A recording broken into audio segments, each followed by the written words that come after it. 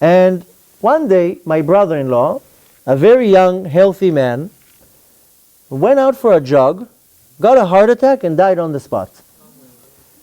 So, my sister calls me, I fly to Eretz Israel, being the only religious person in the family, they waited for me, I come off the plane straight to the Bet Kvarot, to the cemetery, I walk into the room of the Chevre Kadisha, and in Israel they don't bury in a box like here, they bury it in a talit. So the body is on the bed, after the tahara, but without the talit, and I see my brother-in-law, and my instinct, I pull out a Sefer Tehillim, and I start reading Tehillim, and my sister's next to me crying, and I look at the body, and I was like, wait a minute, he's on the ceiling, he's looking down now, and he hears my Tehillim, and he hears my sister crying, and he knows what I ate for breakfast, and he knows everything that's going on now, because I remember that I was like that. And he hears everything now, and he sees everything, and he knows everything. And now he's going here, and now he's going there. And I was like, wait a minute. You know what was my problem? The thing is with my brother-in-law, you can't really judge a book by its cover. Because some person, you would look at the person, he looks very religious, with a nice beard and a hat and the whole costume, and the inside is all rotten. But on the other hand, can be a person on the outside doesn't look religious at all, but the inside is pure and honest and with good midot. So you can't really look at a person and judge the situation. Only Hashem knows. But this particular person, from what I knew, was not Shomer Torah and Mitzvot at all. And I was looking at him, I was like, what's going on? Where is he right now? I know what's going on right now. Now this malach is coming and punching him from here, and now this is coming and throwing him from there. And in my mind I was like, you know what was my problem when I was up there? Not that I wasn't religious. My problem that I didn't even have a mitzvah. That was my problem. My problem was that I wasn't able to say up there, whoa, relax, hey, stop 1 minute, stop the trial. You're right. I didn't keep Shabbat, and I didn't eat kosher, and I didn't give this, and I didn't do that. But you know what I did? I would put tefillin every day. I have a mitzvah. I didn't even have that. I was not able to wave in Shamayim, wait, whoa, oh, you're right, I'm not a tzaddik, but I used to do this. And I used to go to a Torah class once a week.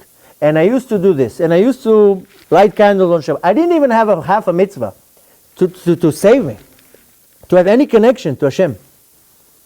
And I was looking at my brother and I was like, maybe he doesn't have this mitzvah. What's going on? A person lives his life, 60, 70, 80 years, if he's lucky, like as if this world is like a vacation, and then it ends, and then what? What do you do? Where do you go? What happens? The funniest thing that in this world, everybody insures everything that moves. You insure your car, you insure your house, you insure your health, you insure your cell phone. If chas v'shalom it falls in the toilet, at least you can get a new one. Some people are very mehader and they insure their life. If chas v'shalom they die, then at least their wife and kids get money. But everything that moves you insure. Why do you insure everything? Why do you insure your car? Well, you expect to get into an accident? No, but if chas v'shalom I get into an accident, at least I have insurance. And why do you insure your health? You expect to to become sick? No. If chas v'shalom I become sick, then I have an insurance. We don't do anything. Most people don't live their life and saying, one day I'll die and I'll go somewhere and I need something. And most people don't really plan their life. Now the thing is that I don't like looking in that direction, because a lot of places that I go, they tell me, you have to scare people, because if they don't do mitzvot, they go to Gehenom and they rip the pieces there. And a lot of people think that if you come and scare somebody, then they'll get their act together. I like looking at it a completely different way, because you know what's going to happen very soon? Mashiach is going to come any day.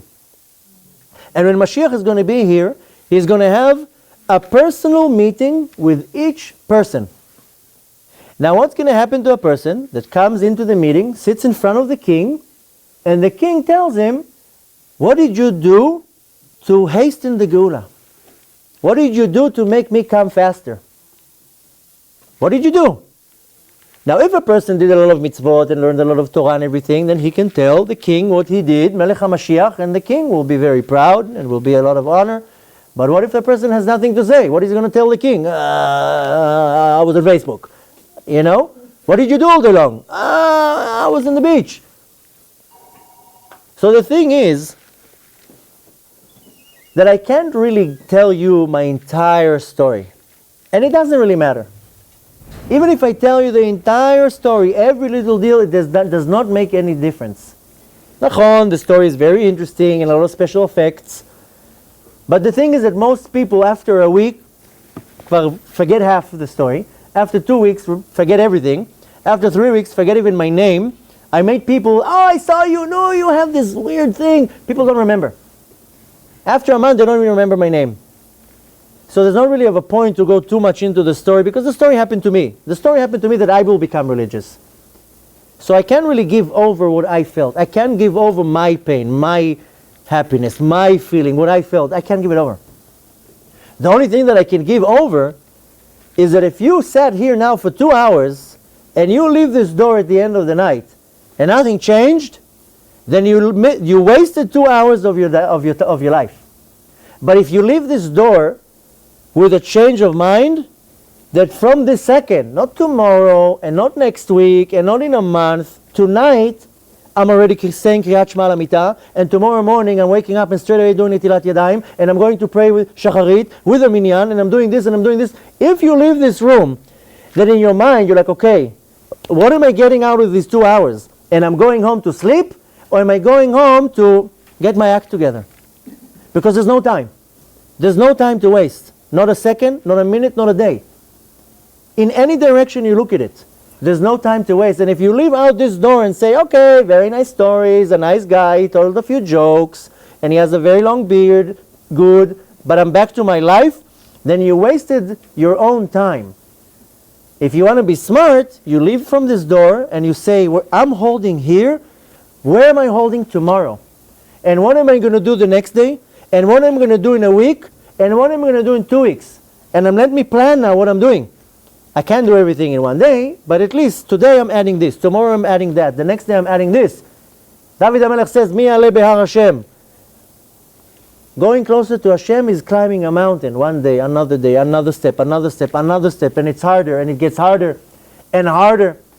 The harder it gets, the in a better situation you are. People say, oh, I'm becoming religious, I'm doing so many mitzvot, and it's becoming worse. Yes, because the more you get closer to Hashem, the harder it gets. There's a major rule. When you ride a bike, if it's easy, must be that you're going down. That's how it works. If it's hard, it means you're going up. So if you're in Avodat Hashem, everything is easy, you're going down. You're not going anywhere. If it's hard, if there's kshayim, there's problems, there's Yetzer Hara that comes to drive you crazy, every day is a struggle, it means you're going up. And another step, and another step. So much more so if you bow tshuva and you have to kill and erase the past, you build an army of malachim for 20, 30 years, you have to kill it. Of course it's going to be hard. You think you're going to get the $1 million prize for nothing? This world is hard. But lefum tzara agra, the harder it gets, the better, the greater your reward is. And the way how I saw how this world works is put in a very short mashal. There was once a king, and the king had a son, an only son. Finally, the king's son got married, got engaged. There was a wedding, a big chatuna. They sent out invitation to the entire city, the entire country. One guy gets an invitation in the mail. Can you imagine the excitement? Opening up an invitation to the king's son's wedding. Wow, he went and bought a beautiful suit. He got excited. He pinned the invitation to the wall. Every day he was counting the day for the wedding. On the other side of town, one guy didn't get an invitation in the mail. A whole entourage of ministers, generals, the second to the king's advisors, everybody came to personally invite this person.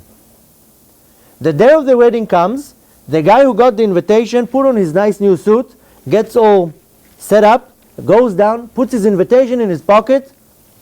He's about to leave the building and it starts pouring rain. So he says to himself, how am I going to get now to the bus stop? I'm going to get soaking wet. So he sees the bus. He's like, the second the bus comes a little bit closer, I'll run, I'll get a little bit wet and I'll make it. He takes the run, the bus doesn't wait, and he starts running after the bus and he falls into a puddle, gets completely soaking wet. He gets up, starts running after the bus. Wait, I gotta catch the bus, I gotta go to the wedding. And he's running and getting soaking wet, falls into a puddle again, the bus disappears. He starts walking to the next bus stop. He's like, I'm going to be late now to the wedding. On the road, a bunch of robbers meet him, they rob him. He keeps on going, a bunch of hoodlums pick him up, beat him up. The guy goes through hell. On the other side of town, the guy who got the invitation from all the ministers, you can't even believe who picks him up. Limousines, helicopters in the air, motorbikes with guards all surrounding him, soldiers carrying him into the limousine. Finally, the other guy gets to the wedding, soaking wet, blood all over his face. He got robbed, he got mugged, he's soaking wet the whole day. He finally gets to the king, to the palace. The doors are closed, the guards are telling him, can we help you? So he tells them, I have an invitation, I'm invited to the wedding. So they're telling him, can we see the invitation please? He pulls the invitation out of his pocket. He's so soaking wet, there's nothing left from the invitation. So they're telling him, we're very sorry, we can't accept it. This is not an invitation, you got to go home. So he tells them, no, you have a mistake. I was invited. This is an invitation. Check your lists. No, we're sorry, we can't let you in. So they're telling him, you know what I went through? Look at me. I was mobbed. I was robbed. I was beaten up. I'm starving. I didn't eat anything all day long. So they're telling, oh, you're hungry? No problem. So they take out a plate of sushi and a bottle of 7-Up and they give him, here, eat, bevakasha. And he's telling them, please, no, you got to let me in. I'm invited. You can't go in. So he looks through the gate and he sees the king sitting at the head table. Right next to the king sits the son, the groom, and right next to the king on this side sits the guy who came with all the fancy schmancy stuff. And he tells them, please let me in, I'm invited to the wedding. No, you cannot come in. If you're hungry, we'll give you another plate of sushi. So the story comes to teach us something very, very simple. Kol Yisrael yesh lahem chelek la'olam haba. We all are invited to the wedding. And we're all going to get to the wedding. The question is, how are you going to get to the wedding? What's going to be the process? What's going to be the way to the wedding? And when you're finally there, where are you going to be? Are you going to be next to the king? Or are you going to be outside, blood, wet, with a plate of sushi? And they're telling you, come in. The question is, this life is the preparation of how we're going to set the eternity. What you do in this world, it echoes in eternity. What you do in this world will affect where you're going to sit in the wedding. Do you want to sit next to the king for eternity and get all that goes with the king and going the journey all nice and smooth? Or you want to get up there with beating up and being beat up from all directions and at the end you're still outside? A lot of people say, yeah, Kol Yisrael yesh lahem chelek la'olam haba. I have a security, I'm there. Yeah, you might be outside. And you might look inside and be like, oh, what did I miss? I'm stuck outside right now. Then what? So mi shetarach b'Shabbat ochel b'Shabbat. The way you conduct your life here, you're setting up, you're building the investment for eternity. For eternity. You have now 60, 70, 80 years, if you're lucky, to set your investment. Every second, you can grab another mitzvah. Another mitzvah. Another good deed, another good thought. You know how I saw this world? In a very simple way. Imagine you take a person and you tell this person, you have 3 hours to go into this jewelry store and everything that's in the store you can take. It's yours, 3 hours. So one person will come and be like, I don't want anything. I have a watch. It's a nice watch. I don't need to go in. I don't need anything. One person will say, oh, okay, so he'll put some jewelry in his pocket, some watches, some rings, some earrings, some diamond rings. The third and smart one would say, what? You telling me for 3 hours I can do here whatever I want? He goes home and brings boxes and starts putting in the boxes all the jewelry, all the watches, all the earrings, all the diamonds. This is this world. Hashem tells you, you have 60, 70, 80 years in this world. Whatever you want, it's yours, free, just take. So one person will be, I don't need it. Another person will be like, okay, I'll take a few here, a mitzvah, there, a mitzvah. The smart person says, what? You mean that every second I can grab another mitzvah? Another mitzvah, another mitzvah? A smart person realizes the opportunity in this world.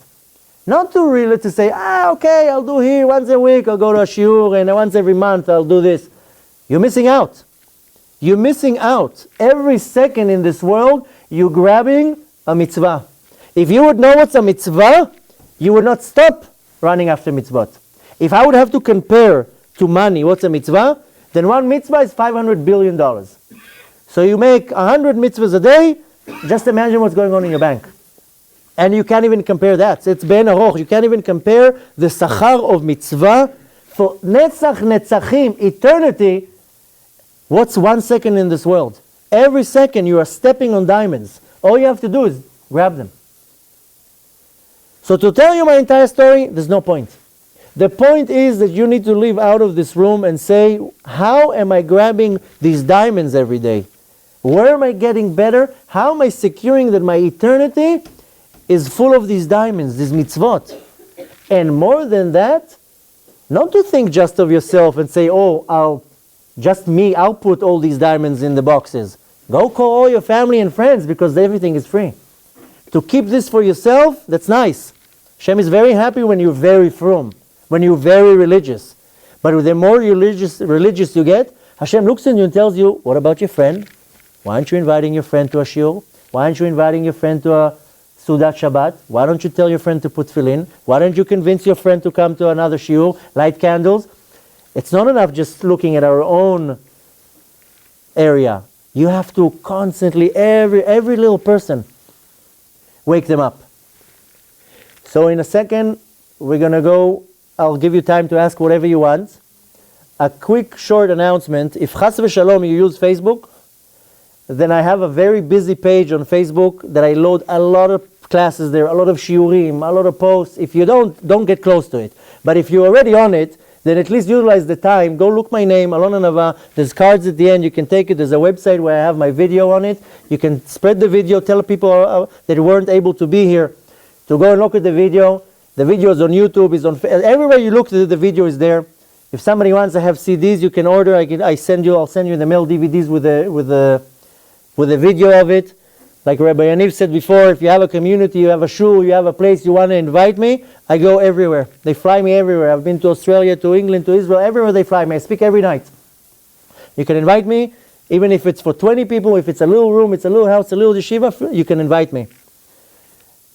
But more than that, the only thing that I can really leave you from this night is that every little thing that you do in this world echoes in eternity. Every little thing that you do, like putting your leg into a puddle of water, you see this ripple, another ripple. That's how it is in this world. So I wish you great success in all that you do. Hatzlacha b'kol, everything you should do should be blessed from Hashem. Whoever needs parnasah should have it in great ashirut. Whoever needs a shidur should get married right away. Who needs health should have a lot of health and kids. Everything should be beribui. And we should merit to see already Pnei Mashiach Tzidkenu, and it should happen very speedy in our days.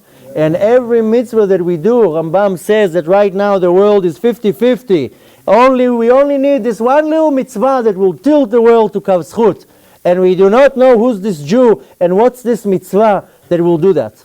So we have a great, great mission to completely shift the world. And it's mamash karov eleinu. It's literally in our days. And it's all in our hands. Every little mitzvah makes a big difference. Every time you stop yourself from doing something, a pure thought, about to say something, a lie, stop it. Every little thing is a huge difference. People come and tell me, I do the big things. I keep Shabbat, and I put tefillin on, and I do this and this. Very nice. But all the little things I don't do, because I don't see any importance to that. Dafka, the little things are important. There's not one thing. The Mishnah tells you, "Yeh zahir b'mitzvah kala kevachamura, kencha yodeh matan scharan." Be very careful with the little mitzvahs, not like the big ones, because you don't know the merit of each little mitzvah. A lot of people say, I'm religious, I'm doing this, I'm doing this, I'm doing this. But here to lie, that's okay. Here Lashon Hara, that's fine. Here I do this, it's okay. Every little mitzvah, every little thing, every little second is a huge in the eyes of Hashem. A lot of people think that the little things don't make sense. Oh, Hashem cares when I put tefillin on. Oh, Hashem cares when I keep Shabbat. Yeah, Hashem also cares when you do the little things. When you shut your mouth at the right second. When you close your eyes at the right second. When you move your hand from the wrong place. Every little thing, a thought that you're stopping yourself from doing, it's a huge thing. Every little thing. When I was up there, they showed me every little things. How I saw how in Hashem's eyes, even dragging the tzitzit on the floor. Shulchan Aruch says it's bizayon la mitzvah to drag the tzitzit on the floor. That was looked on upon like this. Wow, look what he did. The Ben Ish Chai said that even if the retzuah shel tefillin, the string, is hanging down while you're taking it off, oy va'avoy. And here I see people, I go to shuls, I see them dragging the tefillin on the floor. Hashem looks at every little thing, and every little thought, every little thing, even if the whole day you couldn't stand the Yetzer Hara, you failed this, you failed this, you failed this, you failed that. Don't look at all the bad, what you didn't do. Look how much good you can do. Every little thing you can do. A little bit of light diminishes a lot of darkness.